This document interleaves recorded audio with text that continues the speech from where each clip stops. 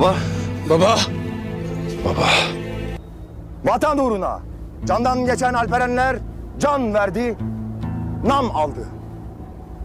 O nam ki adına şehit derler. बिस्मिल्लाहिर्रहमानिर्रहीम अस्सलाम वालेकुम नाज़रीन इकराम, मैं हूं अमन खान और आप देख रहे हैं Khan fragment repellent channel TV. नाज़रीन इकराम, किस नंबर 34 बहुत ही अच्छी रही और इसके ख़त्म होते ही लोगों के ज़हन में बहुत अहम सवाल पैदा हो गए हैं। आज हम उन्हीं सवालों पर गुफ्तगू करेंगे और चंद हक़ाइक़ आपके सामने रखेंगे। जैसा कि आप सब लोगों ने देखा है कि उस्मान बई को किले में कैद कर लिया गया है और उस्मान बई का अगला कदम क्या हो सकता है, सलजान खातून को किस पर शक हो गया है और वो कौन है, और अर्तगल गाज़ी जो कि अब्दुर्रहमान गाज़ी से कुछ कहना चाह रहे थे लेकिन वो नहीं कह सके, यकीनन वो क्या बात होगी उस पर भी हम डिस्कस करेंगे, और आखिर में आइगल और लैना की लड़ाई के हवाले से। लेकिन उससे पहले जो भाई हमारे इस चैनल पर नए हैं या जिन्होंने अभी तक हमारे इस चैनल को सब्सक्राइब नहीं किया, उनसे दरख्वास्त की जाती है कि हमारे इस चैनल को सब्सक्राइब करके बेल के आइकन को ज़रूर दबाएँ।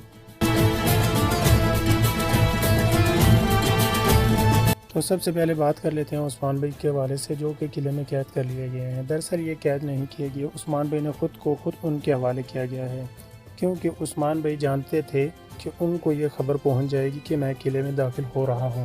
लिहाजा उस्मान बई ने गोगतू और बोरान से कहा कि आप अपना काम खुद जानते हैं, लिहाजा ये एक प्लान के तहत किया गया है। और ये प्लान क्या हो सकता है कि वो अपना काम क्या जानते हैं।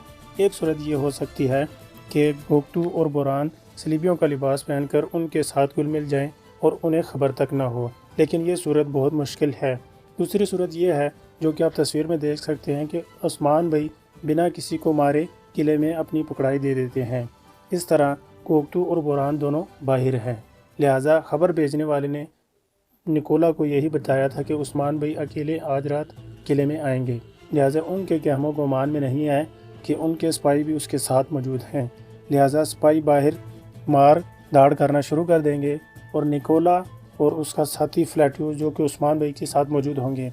इतने में खबर आएगी कि हम पर हमला हो गया है, और निकोला जो कि उस्मान बई के साथ मौजूद होगा और फ्लैट्यूस अपने सिपाही लेकर बाहर निकलेगा तो देखेगा कोई सिपाही ज़ख्मी पड़े हुए हैं। लिहाजा वो उनसे पूछेगा कि वो किस तरफ गए हैं, वो उन्हें इशारा करेंगे, वो उनके पीछे जाएगा। उतने में उस्मान बई निकोला पर वार कर देंगे, लेकिन निकोला वहाँ पर मरेगा नहीं, शदीद ज़ख्मी हो जाएगा और उस्मान बई वहाँ से निकलने में कामयाब हो जाएंगे। इस तरह उस्मान बई को पता चल जाएगा कि हमने इस औरत को जो कबीले में लेकर आए हैं, तुर्गन खातून, यह सलीबियों की जासूस है, और यही बात उस्मान बई कन्फर्म कर लेना चाहते थे, और अब इसका भरपूर फ़ायदा उठाएंगे उस्मान बई। अब बात कर लेते हैं सलजान खातून के हवाले से कि सलजान खातून को किस पर शक है। तो हमारे ख्याल में ये दिखाया गया है कि जो नई औरत एक सरदार की बेटी तुर्गन खातून कबीले में आई हुई है, वो लैना और हज़ाल की बातें चुप कर सुन रही होगी।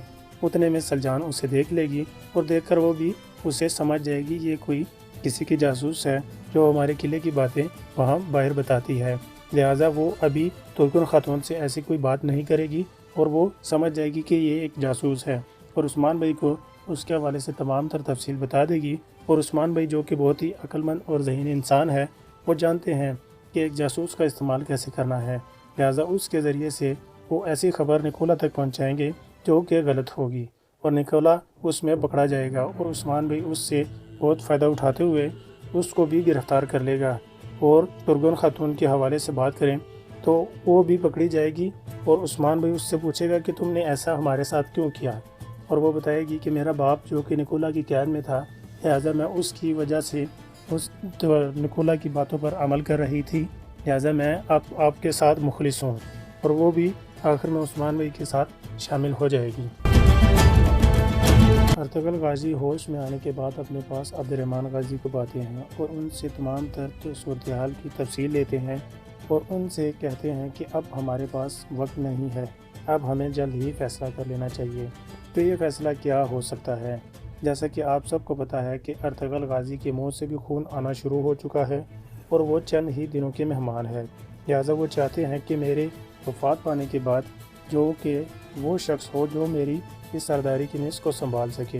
लिहाजा वो चाहते हैं कि अब उस्मान का वक्त आ चुका है, अब हमें फ़ैसला कर लेना चाहिए जल्द से जल्द और उस्मान को सरदार बना देना चाहिए। کیونکہ وہ جانتے ہیں کہ عثمان ہی ہے جو کہ میرے اس قبیلے کو سنبھال سکتا ہے اور آگے چلا سکتا ہے۔ اب آخر میں بات کر لیتے ہیں آئیگل خاتون اور لینا خاتون کی لڑائی کے حوالے سے۔ جیسا کہ آپ سب کو پتہ ہے کہ ہزال خاتون کو مرنے سے لینا خاتون نے بچایا ہے، اور لینا ہزال خاتون کا بھرپور ساتھ دے رہی ہے اور ان کے ساتھ مل کر کام بنا رہی ہے آگے۔ اور آئیگل خاتون کو یہ بات بالکل پسند نہیں آئی، اور اس وجہ سے وہ دوبارہ جب ان کے خیمے میں جانے کی کوشش کرے گی، ہزال خاتون پر دوبارہ وار کرنے کی کوشش کرے گی، تو لینا پھر ایک بار اس میں دخل اندازی کرے گی، جس وجہ سے آئیگل خاتون لینا پر بھی حملہ کرے گی اور ان دونوں میں لڑائی شروع ہو جائے گی۔ اور لڑائی کو ختم کرنے کے لیے بالا اور سلجان خاتون بیچ میں مداخلت کریں گے، اور اتنے میں ساوچی بھائی آ جائیں گے، جو کہ ساوچی بھائی کو لینا بتائے گی کہ اس قبیلے میں ہزال خاتون یا میں ان میں سے کوئی بھی مرنے والا ہے، لہٰذا اسے فوراً قبیلے سے نکال دیا جائے، کیونکہ آپ ہی یہ کام کر سکتے ہیں، آپ سپاہیوں کے سربراہ ہیں۔